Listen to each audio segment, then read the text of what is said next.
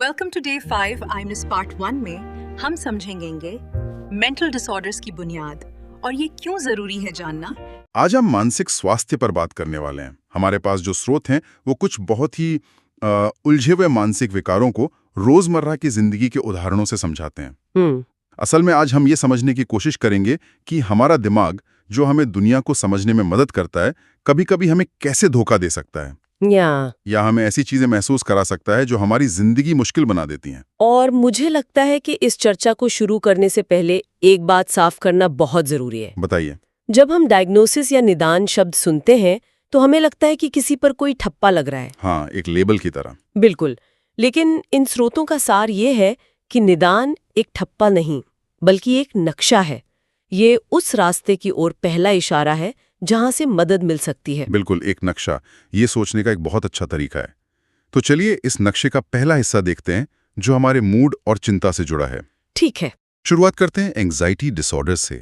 स्रोत में एक उदाहरण है, किसी जरूरी काम से पहले दिल का तेज धड़कना या बेचैनी होना। ये तो बहुत आम बात है, लगभग हर कोई इसे महसूस करता है। हाँ। तो फिर ये एक विकार कब बन जाता है? देखिए, यही सबसे जरूरी सवाल है। किसी इंटरव्यू से पहले घबराहट होना, ये तो अच्छी बात है। ये आपके शरीर का आपको तैयार करने का तरीका है। उसे नॉर्मल एंजाइटी कहते हैं। हाँ, लेकिन जब ये घबराहट तब भी हो जब कोई वजह न हो, जब आप किराने की दुकान पर खड़े हों और आपका दिल जोर जोर से धड़कने लगे, अच्छा। जब ये चिंता महीनों तक आपका पीछा न छोड़े, तब यह एक विकार का रूप ले लेती है। या सबसे बड़ी बात यह है कि यह सिर्फ एक एहसास नहीं रह जाता। तो फिर क्या होता है? ये आपके शरीर पर असर डालने लगता है। लगातार थकान, मांसपेशियों में दर्द, नींद न आना। आपका शरीर हमेशा एक फाइट या फ्लाइट मोड में फंसा रह जाता है। अच्छा, तो शरीर हर वक्त एक इमरजेंसी की हालत में रहता है, भले ही बाहर सब कुछ शांत हो। ये तो बहुत थका देने वाला होगा। बहुत ज्यादा। इसी से जुड़ा एक और सवाल मन में आता है। चिंता में इंसान हाई अलर्ट पे रहता है, लेकिन अवसाद या डिप्रेशन में उसमें तो इसका ठीक उल्टा होता है। स्रोत में कुछ लाइनें हैं जैसे किसी से बात करने का मन नहीं करता या सब बेकार लगता है। तो क्या ये चिंता का ही दूसरा पहलू है? ये एक बहुत दिलचस्प कनेक्शन है। आप कह सकते हैं कि जहां चिंता में दिमाग का अलार्म बंद नहीं होता, वहीं अवसाद में दिमाग का पावर सिस्टम ही बंद हो जाता है। वाह, ये अच्छा उदाहरण है। उदासी हम सबको होती है, एक दो दिन मूड खराब रहना आम है, लेकिन अवसाद एक गहरा और लंबा अंधेरा है। और इसकी पहचान क्या है? सिर्फ उदासी? सिर्फ उदासी नहीं, बल्कि ऊर्जा की भारी कमी। सुबह बिस्तर से उठना एक पहाड़ चढ़ने जैसा लगता है। और एक और चीज जिसे स्रोत में एनहेडोनिया कहा गया है। एनहेडोनिया, इसका क्या मतलब है? उसका सीधा मतलब है उन चीजों में भी मजा ना आना जो आपको पहले खुशी देती थी। जैसे अगर किसी को गाने सुनने का शौक था और अब वही गाने उसे शोर लगे, तो ये एक बड़ा संकेत है। मतलब खुशी महसूस करने की क्षमता ही कम हो जाती है। बिल्कुल। ये तो सिर्फ उदास होने से कहीं ज्यादा गहरा है। तो अवसाद में ऊर्जा का स्तर लगातार नीचे रहता है, लेकिन मैंने सुना है कि एक ऐसी स्थिति भी है जहां यही ऊर्जा एक झूले की तरह कभी बहुत ऊपर और कभी बहुत नीचे चली जाती है। सही पकड़ा आपने। शायद यहाँ पर बाइपोलर डिसऑर्डर की बात करना सही रहेगा। आपने बिल्कुल सही पकड़ा। बाइपोलर डिसऑर्डर मोड के दो ध्रुवों के बीच झूलने जैसा है। एक ध्रुव है अवसाद का, जिसके बारे में हमने अभी बात की, पूरी तरह से ऊर्जाहीन। और दूसरा?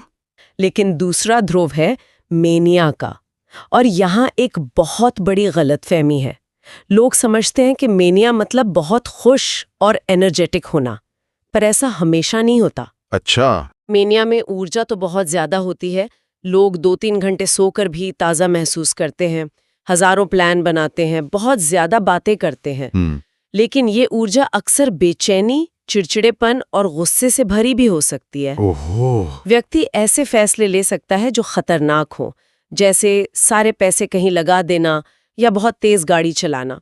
तो ये सिर्फ ऊपर होना नहीं है, ये असल में नियंत्रण से बाहर होना है। ओह, ये समझना तो बहुत जरूरी है कि मेनिया का मतलब हमेशा खुशी नहीं होता। तो अभी तक हमने उन स्थितियों की बात की जहां हमारा दिमाग हमारी भावनाओं और ऊर्जा के स्तर को गलत तरीके से नियंत्रित कर रहा है। लेकिन क्या होता है जब दिमाग असलियत को ही गलत तरीके से समझने लगे? मुझे लगता है अब हमें साइकोस्किज़ोफ्रेनिया स्पेक्ट्रम पर बात करनी चाहिए। हाँ। स्रोत में लिखा है कि यह वास्तविकता से संपर्क टूटने जैसा है। हाँ, और ये शायद सबसे ज्यादा गलत समझी जाने वाली मानसिक स्थितियों में से एक है। सबसे पहली बात, इसका स्प्लिट पर्सनालिटी या दोहरे व्यक्तित्व से कोई लेना देना नहीं है। ये बहुत लोग मानते हैं। बिल्कुल, ये एक दिमागी स्थिति है जहां व्यक्ति की सोचने और महसूस करने की क्षमता पर असर पड़ता है। उन्हें ऐसी चीजें दिख सकती हैं या आवाजें सुनाई दे सकती हैं जो दूसरों को नहीं देती। हैलुसिनेशंस। हाँ, हैलुसिनेशंस। या उनके मन में ऐसे पक्के विश्वास बैठ सकते हैं जो सच नहीं है, जैसे कि कोई उनके खिलाफ साजिश कर रहा है। इसे डिल्यूजन कहते हैं। और उनके लिए तो वो सब सच होता होगा। 100% असली होता है। जरा सोचिए, ये कितना डरावना होगा कि आप अपनी ही आंखों और कानों पर भरोसा न कर पाए। ये कल्पना करना भी मुश्किल है। इसी तरह की एक और स्थिति है जहां दिमाग एक ही सोच में अटक जाता है, OCD यानी ऑब्सेसिव कंपल्सिव डिसऑर्डर। हम सब मजाक में कह देते हैं कि मैं थोड़ा OCD हूं, अगर हमें चीजें साफ सुथरी पसंद हो, लेकिन शोध बताता है कि ये उससे कहीं ज्यादा गंभीर है। मजाक असल में स्थिति की तकलीफ को बहुत कम कर देता है। कैसे? OCD के नाम में ही इसका राज छिपा है। पहला हिस्सा है ऑब्सेशन यानी जुनून। ये एक अनचाहा विचार या डर है जो आपके दिमाग में अटक जाता है और बार बार आता है, जैसे मेरे हाथ गंदे हैं और मैं बीमार पड़ जाऊंगा। और ये विचार घबराहट पैदा करता होगा? बहुत ज्यादा। और उस घबराहट से बचने के लिए व्यक्ति दूसरा काम करता है, जिसे कंपल्शन यानी मजबूरी कहते हैं, जैसे बार बार हाथ धोना। अच्छा। हाथ धोने से उसे थोड़ी देर के लिए राहत मिलती है, लेकिन वो विचार वापस आ जाता है और ये चक्र चलता रहता है। लेकिन जहां किसी को सफाई पसंद है और जहां ये एक विकार बन जाता है, उसके बीच की रेखा बहुत धुंधली लगती है। असल जिंदगी में कोई इस फर्क को कैसे पहचान सकता है? फर्क तब पता चलता है जब ये मजबूरी आपकी जिंदगी पर हावी होने लगे।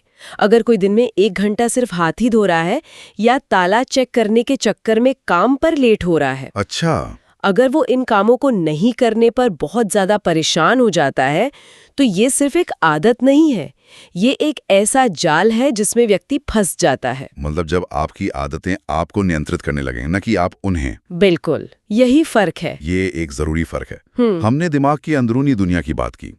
अब उन स्थितियों पर आते हैं जो किसी बाहरी अनुभव या गहरे सदमे से जुड़ी होती है। ठीक है। स्रोत में PTSD का एक बहुत ही सीधा उदाहरण है। किसी बड़े एक्सीडेंट के बाद गाड़ी चलाने से डर लगना। बिल्कुल।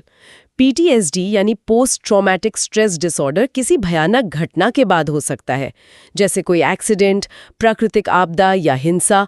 और ये सिर्फ सैनिकों को नहीं होता। इसका सबसे बड़ा लक्षण क्या है? इसका सबसे बड़ा लक्षण है फ्लैशबैक।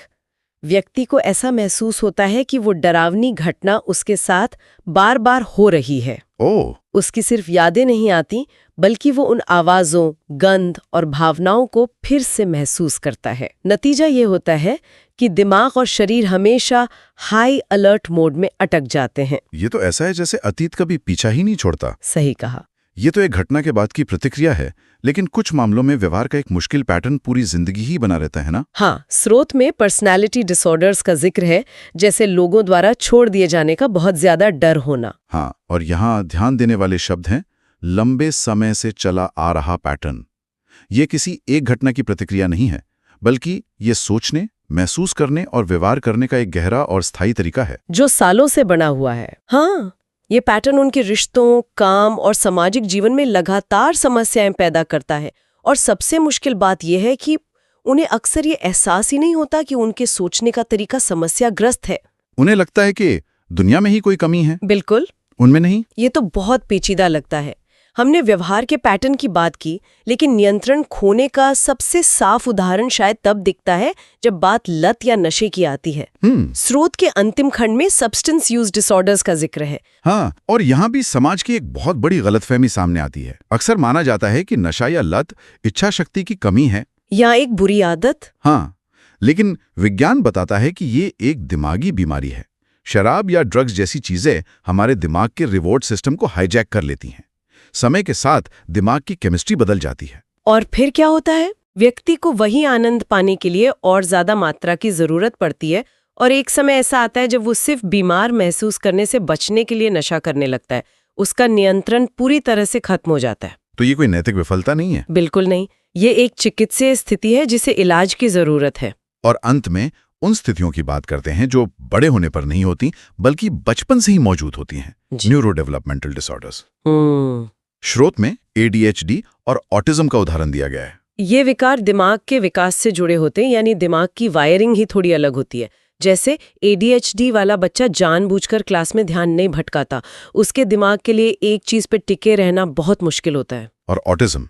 इसी तरह ऑटिज्म स्पेक्ट्रम पर मौजूद कोई व्यक्ति जानबूझकर लोगों से नजरें नहीं चुराता, उसे सामाजिक संकेतों को समझने और प्रोसेस करने में मुश्किल होती है। तो ये खराब व्यवहार नहीं है? नहीं, ये खराब परवरिश के मामले भी नहीं है। ये बस इस बात का प्रतिबिंब है कि उनका दिमाग दुनिया को अलग तरीके से प्रोसेस करता है और उन्हें अलग तरह के समर्थन की जरूरत होती है। तो हमने काफी चीजों पर बात की, मूड से लेकर सोच तक और व्यवहार से लेकर नियंत्रण तक। अगर हम इस पूरी चर्चा को समेटें तो स्रोत की सबसे जरूरी बात शायद यही है कि मानसिक विकार न तो कोई कमजोरी है, न ही किसी के चरित्र में कोई दोष। हाँ, ये बीमारियां हैं, ठीक वैसे ही जैसे डायबिटीज या अस्थमा, जिनका इलाज और प्रबंधन संभव है। बिल्कुल, और मैं फिर से वही कहूंगी जो मैंने शुरू में कहा था, निदान का मकसद किसी को डराना या उसे एक डिब्बे में बंद करना नहीं है। इसका मकसद उस उलझन और दर्द को एक नाम देना है जो कोई महसूस कर रहा है, ताकि मदद का सही रास्ता मिल सके। ये अंधेरे में एक टॉर्च की तरह है जो दिखाता है कि आगे कहाँ जाना है। ये अकेलेपन के एहसास को भी कम करता होगा। बहुत, क्योंकि जब आपको पता चलता है कि आपकी स्थिति का एक नाम है, तो आपको ये भी पता चलता है कि आप अकेले नहीं हैं। इन स्थितियों को रोजमर्रा के उदाहरणों से समझने पर मुझे लगता है कि हम सब इनके साथ जुड़े डर और शर्म को थोड़ा कम कर सकते हैं। उम्मीद तो यही है। ये बातचीत को ज्यादा आसान बनाता है। हाँ, और इसी सोच के साथ मैं हमारे श्रोताओं के लिए एक सवाल छोड़ना चाहूंगी। जरूर। स्रोत में बार बार कहा गया है कि निदान सही मदद देने के लिए होता है। तो सोचिए, अगर हम समाज में निदान को सिर्फ एक लेबल या ठप्पे की तरह देखने के बजाय मदद पाने के एक दरवाजे या एक अवसर के रूप में देखना शुरू कर दें, तो हमारे परिवारों में, हमारे दोस्तों के बीच मानसिक स्वास्थ्य को लेकर होने वाली बातचीत का तरीका कितना बदल सकता है। मनोविज्ञान के बारे में अधिक जानने के लिए हमारे चैनल को सब्सक्राइब करें।